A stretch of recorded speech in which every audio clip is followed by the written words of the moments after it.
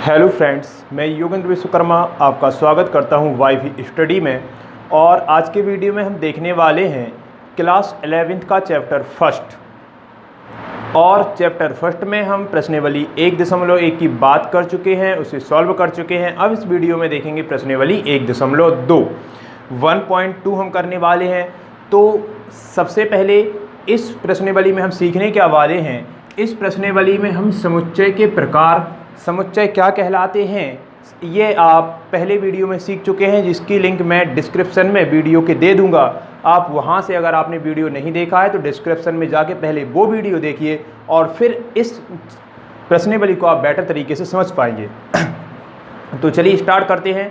सबसे पहले समुच्चय के प्रकार। तो समुच्चय मुख्य रूप से 4 प्रकार के होते हैं। सबसे पहला होता है रिक्त समुच्चय। ओके, देखें जरा रिक्त समुच्चय क्या कहलाता है।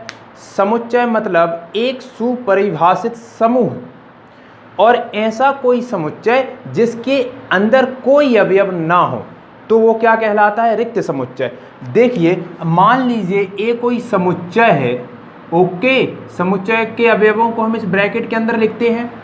ओके, अब अगर इस ब्रैकेट में कोई अवयव नहीं है, यानी कि समुच्चय ए के पास कोई एलिमेंट ही नहीं है, तब वो रिक्त समुच्चय कहलाता है और रिक्त समुच्चय को फाई द्वारा प्रदर्शित किया जाता है।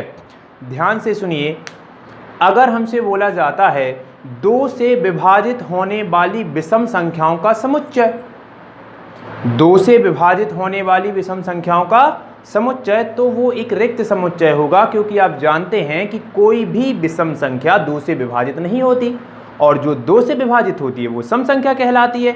मतलब हम जिस समुच्चय की बात कर रहे हैं उसके अंदर कोई एलिमेंट नहीं आ सकता, तो वो क्या कहलाता है, एक रिक्त समुच्चय। और रिक्त समुच्चय को काय से प्रदर्शित किया जाता है, इसे फाई से प्रदर्शित किया जाता है। ओके, नंबर 2 पर आते हैं। हम बात करते हैं परिमित समुच्चय की। तो परिमित समुच्चय चारों के चारों बहुत आसान है, गौर से सुनिएगा। परिमित समुच्चय वो समुच्चय कहलाते हैं जिनके अंदर अवयवों की संख्या निश्चित होती है, जिनके अंदर अवयवों की संख्या निश्चित। जैसे मान लीजिए मैंने बोला एक कोई समुच्चय है, और एक किस प्रकार परिभाषित है, ए अंग्रेजी वर्णमाला के स्वर मतलब वॉवेल्स का समुच्चय है। तो यहाँ पे आप कितने वॉवेल्स लिखेंगे, ए, ई, आई, ओ, यू, 5 वॉवेल्स आपने लिख दिए। ओके, तो जो समुच्चय ए है उसके अंदर अवयवों की संख्या निश्चित है, ना कि 5 है। आपको पता है कितने अवयव आए हैं, 5 हो सकते, 15 हो सकते, 20 हो सकते। किस प्रकार परिभाषित है वो उस पर निर्भर करेगा। तो यहाँ पर हमारा समुच्चय क्या बोल रहा था, अंग्रेजी वर्णमाला के स्वरों का समुच्चय, तो 5 आए। तो अगर किसी समुच्चय के अंदर, किसी सेट के अंदर अवयव मतलब उसके एलिमेंट्स निश्चित हों, उनका नंबर निश्चित हो, तब उसे हम परिमित समुच्चय बोलते हैं। अपरिमित समुच्चय क्या कहलाता है, आप लोग नाम से ही समझ गए होंगे। समुच्चय के अंदर जब उसके अवयवों की संख्या निश्चित ना हो, आप ये ना बता सकें कि कितने अवयव इसके अंदर आएंगे, तो उसे हम अपरिमित समुच्चय बोलते हैं। अगर हम एक उदाहरण अपरिमित समुच्चय का लें, जैसे सम संख्या का समुच्चय। सम संख्या का हमने कोई एक समुच्चय बी किस प्रकार परिभाषित है, सम संख्या का समुच्चय। तो सम संख्या कौन कौन सी हैं, 0, 2, 4, 6, 8, ऐसी ये इन्फिनिटी तक मतलब अनंत तक चलती रहेंगी। इसके अंदर आप ये नहीं बोल सकते कि 15 अवयव आएंगे, कि 5 अवयव आएंगे, कि 20 अवयव आएंगे, क्योंकि इसके अवयवों की संख्या बता पाना असंभव है। ओके, इस प्रकार के समुच्चय को हम अपरिमित समुच्चय बोलते हैं, जिनके अंदर एलिमेंट्स के नंबर्स को हम डिफाइन ना कर पाए, कितने एलिमेंट्स आएंगे हम ये ना बता पाए। नंबर 4 और लास्ट आते हैं समान समुच्चय पे। तो समान समुच्चय, अब जब समान है तो 2 समुच्चय लेंगे। अब वो दोनों समुच्चय समान समुच्चय कब कहलाएंगे, देखिए जरा। जैसे एक समुच्चय हमारे पास है a is equal to AEIOU। Okay, और दूसरा समुच्चय जो है B इज इक्वल टू वो है IOA, थोड़ा सा मिस्टेक, AEIOU, और दूसरा समुच्चय है वो है IOEAU। अब जरा देखें क्या ये समान समुच्चय है कि नहीं है। समान समुच्चय मतलब दो समुच्चय के अंदर जब एक से एलिमेंट हो, ओके, पहले वाले के एलिमेंट ही दूसरे के अंदर हो तब वो समान समुच्चय कहलाता है। क्या ये ही एलिमेंट इसमें है? हाँ, ऐसे नहीं कि इसमें कम हो इसमें ज़्यादा हो, नहीं, बिल्कुल समान होनी चाहिए, लेकिन एलिमेंट के ऑर्डर से हमें कोई लेना देना नहीं होता। ए इसमें है इसमें भी है, ई इसमें है इसमें भी है, आई इसमें है इसमें भी है, ओ इसमें भी है इसमें भी है, यू इसमें भी है और इसमें भी है, तब इसे हम क्या बोलेंगे? समान समुच्चय। और किस प्रकार से लिखेंगे? A is equal to B। ये क्या कहलाता है? समान समुच्चय।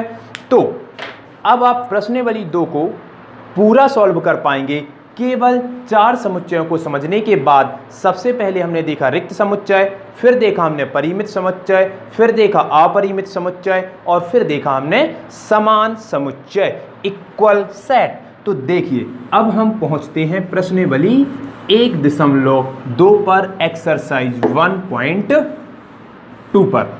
ओके, सबसे पहले सवाल से स्टार्ट करते हैं 1.2 का।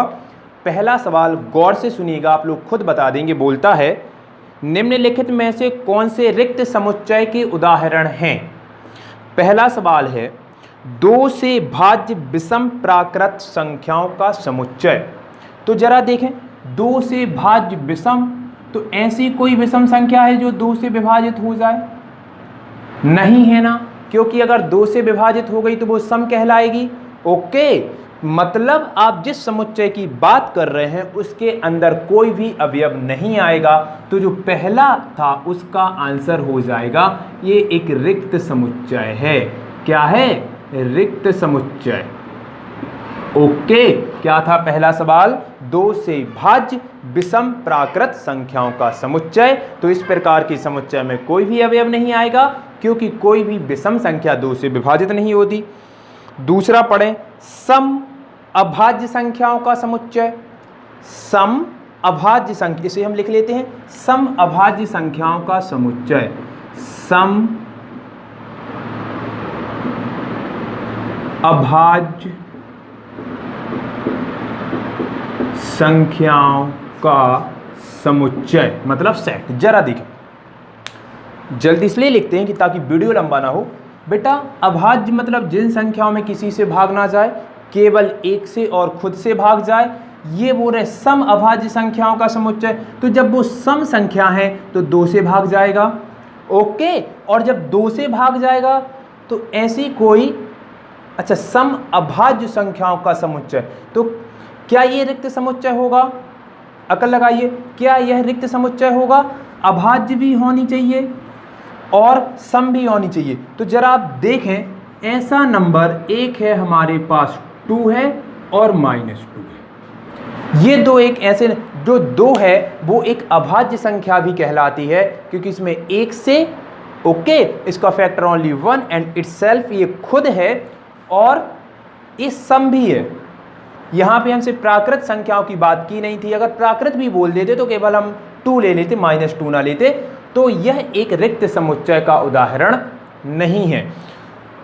दूसरा है क्वेश्चन, देखें जरा दूसरा क्वेश्चन नंबर 3।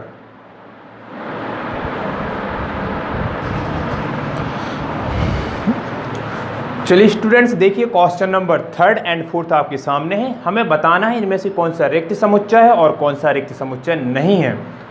पढ़ेंगे x सच दैट x इस प्रकार है कि x एक प्राकृत संख्या है। ओके, मतलब 1 से लेकर इन्फिनिटी तक के नंबर, और x का वैल्यू 5 से छोटा है, और ये बोल रहे, और साथ ही x का वैल्यू 7 से बड़ा है।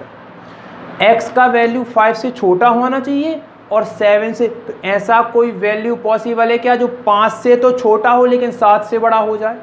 नहीं है ना पॉसिबल। तो यह जो है एक कैसा एम्प्टी सेट है। ओके, ये एक रिक्त समुच्चय है। क्वेश्चन नंबर जो थर्ड है फर्स्ट का नंबर थर्ड एक रिक्त समुच्चय। यहाँ पे बोल रहे हैं y इस प्रकार है कि y किन्हीं दो समांतर रेखाएं जो एक दूसरे को किसी भी बिंदु पर प्रतिच्छेद ना करें का उभयनिष्ठ बिंदु। अरे जब वो प्रतिच्छेद ही नहीं करेंगी, एक दूसरे को काटेंगे ही नहीं, ये है बेटा समांतर रेखाएं। ओके, ये है आपकी प्रतिच्छेदी रेखाएं। प्रतिच्छेदी रेखाएं एक दूसरे को किसी बिंदु पर काटती हैं। समांतर रेखाएं कभी नहीं काटती। जब कभी नहीं काटती तो उभयनिष्ठ बिंदु कभी नहीं मिलेगा। मतलब इस समुच्चय के अंदर कोई भी एलिमेंट नहीं आएगा। जब उभयनिष्ठ बिंदु आपको लिखने हैं, जब मिलेगा ही नहीं तो कोई एलिमेंट नहीं आएगा। तो ये हो गया अपना रिक्त समुच्चय का उदाहरण, एक रिक्त समुच्चय है। तो जरा आप देखिए, ये हो गया आपका क्वेश्चन नंबर फर्स्ट। अब बात करते हैं अपन क्वेश्चन नंबर सेकंड की। तो हम केवल आपको पढ़ के क्वेश्चन बताते हैं और उसका थोड़ा सा विस्तार बताते हैं कि ये कौन सा है। क्वेश्चन नंबर 2 बोलता है निम्नलिखित समुच्चयों में से कौन से परिमित और अपरिमित हैं।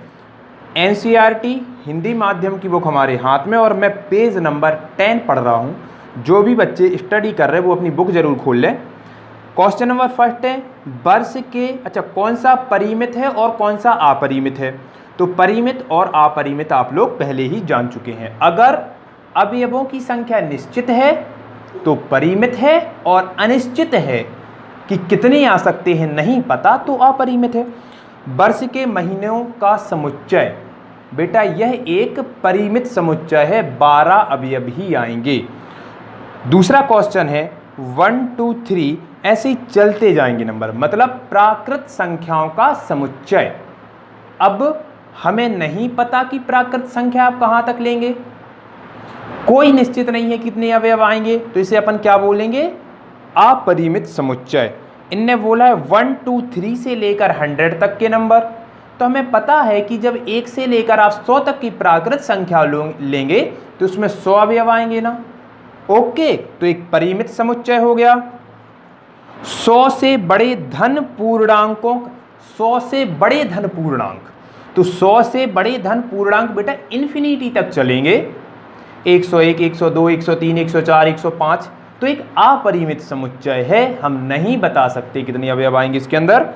99 से छोटे अभाज्य पूर्णांकों का समुच्चय, तो 99 से छोटे अभाज्य पूर्णांक, बेटा पूर्णांक बोल दिया मतलब नेगेटिव नंबर भी शामिल हो जाएंगे।